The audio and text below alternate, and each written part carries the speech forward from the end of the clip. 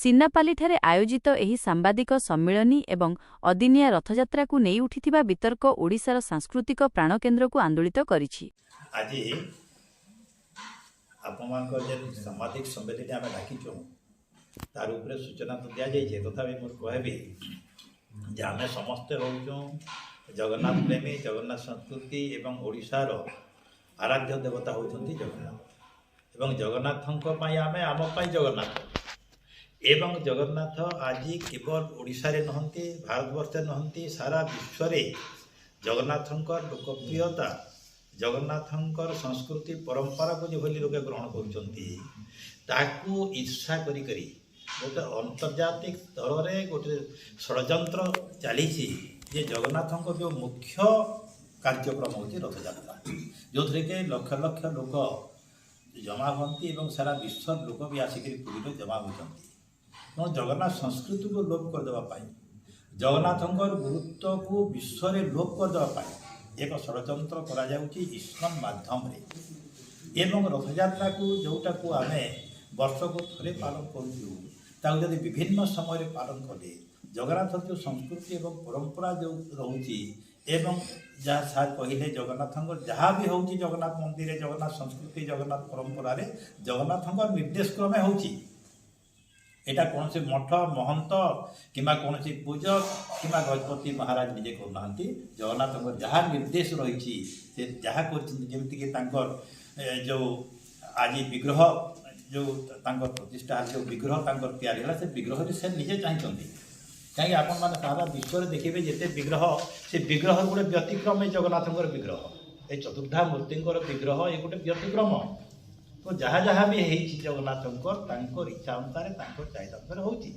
ତେଣୁ ସାରା ବିଶ୍ୱରେ ଓଡ଼ିଶାର ପ୍ରଭାବ, ଜଗନ୍ନାଥ ସଂସ୍କୃତିର ପ୍ରଭାବ ଆଜି ଯେଭଳି ଭାବରେ ବିସ୍ତାର କରି ଚାଲିଛି, ଆଜି ଯେଉଁ ବିଶ୍ୱଗୁରୁ କଥା ଯେଉଁ ଆସୁଛି, ଆଜି ଜଗନ୍ନାଥ ପ୍ରକୃତି ଜଗତର ନାଥ ହେଇଯିବେ କି ଏବଂ ଅନ୍ୟ ଉପରେ କିଛି ଅସୁବିଧା ହେବ କି, ସେଇଥିପାଇଁ ଷଡ଼ଯନ୍ତ୍ର କରିକି ପ୍ରଥମ ଆକ୍ରମଣ କରିଛନ୍ତି ରଥଯାତ୍ରାକୁ। ତେଣୁ ଆମେ ଚାହୁଁଛୁ ଜଗନ୍ନାଥ ପ୍ରେମୀମାନେ ଆମେ ତ ଯାହା ଲଢ଼ାଇ କରିବା, ଆମେ ତ ଯାହା ତାକୁ ପ୍ରତିବାଦ କରିବା, କିନ୍ତୁ ଏ ପ୍ରତିବାଦରେ ସରକାର ବି ଆମକୁ ସହଯୋଗ କରନ୍ତୁ, ସରକାର ଆମକୁ ହସ୍ତକ୍ଷେପ କରନ୍ତୁ, ଆମ ସଂସ୍କୃତିର ସୁରକ୍ଷା ଦିଅନ୍ତୁ, ଜଗନ୍ନାଥ ମହାପ୍ରଭୁଙ୍କୁ ସୁରକ୍ଷା ଦିଅନ୍ତୁ ଏବଂ ଭାରତ ସରକାର, ଓଡ଼ିଶା ସରକାର ତୁରନ୍ତ ଆମର ଦାବି, ଆମର ଅନୁରୋଧ, ଆମେ ଦାବି କ'ଣ କରୁଛୁ, ଏଟା ପଲିଟିକାଲ କଥା ନୁହେଁ, ଆମେ ଦାବି କ'ଣ ଆମେ ଅନୁରୋଧ କରୁଛୁ ଯେ ଆମ ସଂସ୍କୃତିକୁ ଆପଣ ସୁରକ୍ଷା ଦିଅନ୍ତୁ ଏବଂ ଏଥିପାଇଁ ଲୋକଙ୍କର ପ୍ରେସର ଯଦି ହେବ, ଆମେ ଯେତେ ବି ଜଗନ୍ନାଥ ଭକ୍ତ ଅଛୁ ଖାଲି ଓଡ଼ିଶାରେ ନୁହେଁ, ଓଡ଼ିଶା ବାହାରେ, ଓଡ଼ିଶା ମାନେ ଭାରତବର୍ଷରେ ଆମ ସମସ୍ତଙ୍କର ଆବାଜ ଯଦି ଆସିବ ଯେ ଆମ ସଂସ୍କୃତି ପ୍ରତି ଏଇଟା ଗୋଟେ ଆଞ୍ଚ ଆସୁଛି, ଆମ ସଂସ୍କୃତିକୁ ବିଲୋପ କରିବା ପାଇଁ ଜଗନ୍ନାଥଙ୍କର ଯେଉଁ ଖ୍ୟାତି ରହିଛି, ଜଗନ୍ନାଥଙ୍କର ଯେଉଁ ପପୁଲାରିଟି ବଢ଼ୁଛି ତାକୁ ବନ୍ଦ କରିବା ପାଇଁ ଯଦି ଆସୁଛି ଏବଂ ଆମ ଧର୍ମ ଉପରେ ଆକ୍ଷେପ ଯଦି ହେଉଛି, ତ ଏଇଟା ଯଦି ଆମେ ସମସ୍ତେ ଏକସ୍ୱର ଏକଜୁଟରେ କହିବା, ଭାରତ ସରକାର ବାଧ୍ୟ ହୋଇକି କିଛି ପଦକ୍ଷେପ ନେବେ।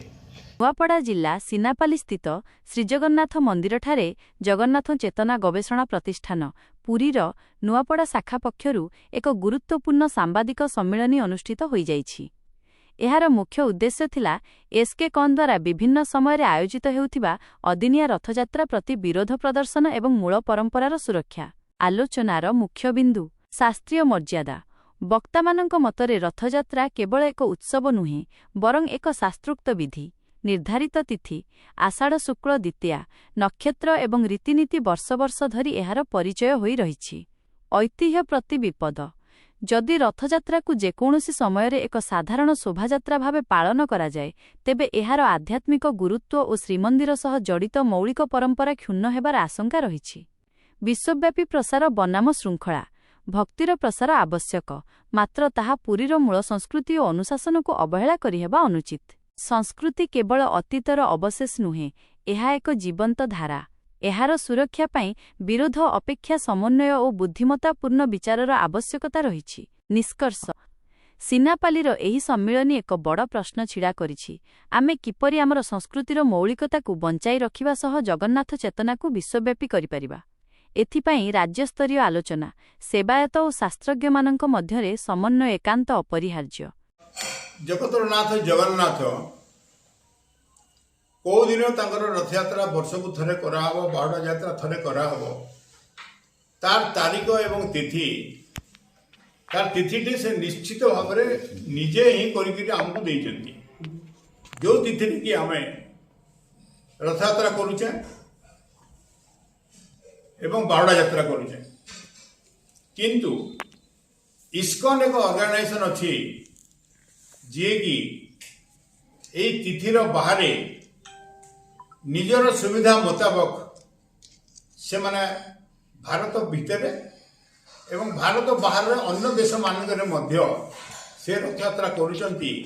जहाँकि आम जगतरनाथ जगन्नाथंकर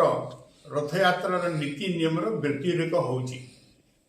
एणु आमे ए सांबादिक सम्मेलन करिवार उद्देश्य होउची इस्कॉन रो कार्यक्रम ठीक ना भूल सेटा सर्वसाधारण आपण मानक भितरे आपण मानक जरिया जानतु एवं जगतर नाथ जगन्नाथंकर प्रथम सेवक गजपति महाराज दिव्य सिंह देव तांकरी उपदेश रे ए कार्यक्रम श्री जगन्नाथ चेतना गवेषणा प्रतिष्ठान पुरी तरफरु करा जाउची गत डिसेम्बर शेष सप्ताह रे हमर प्रतिष्ठान वार्षिक उत्सव हेतिला से वार्षिक उत्सव रे से मुख्य अतिथि रूप में आम पाखे उपस्थित रही हमको मार्गदर्शन करी अनुरोध कले कि जगन्नाथ उपरे काम करिवार जगन्नाथ विभिन्न तत्व उपरे विचार करी काम को आगो को नबार कार्यक्रम जगन्नाथ चेतना गवेषणा प्रतिष्ठान प्रतिवर्ष कर मु देखुची तेणु आपण समस्त को मोर अनुरोध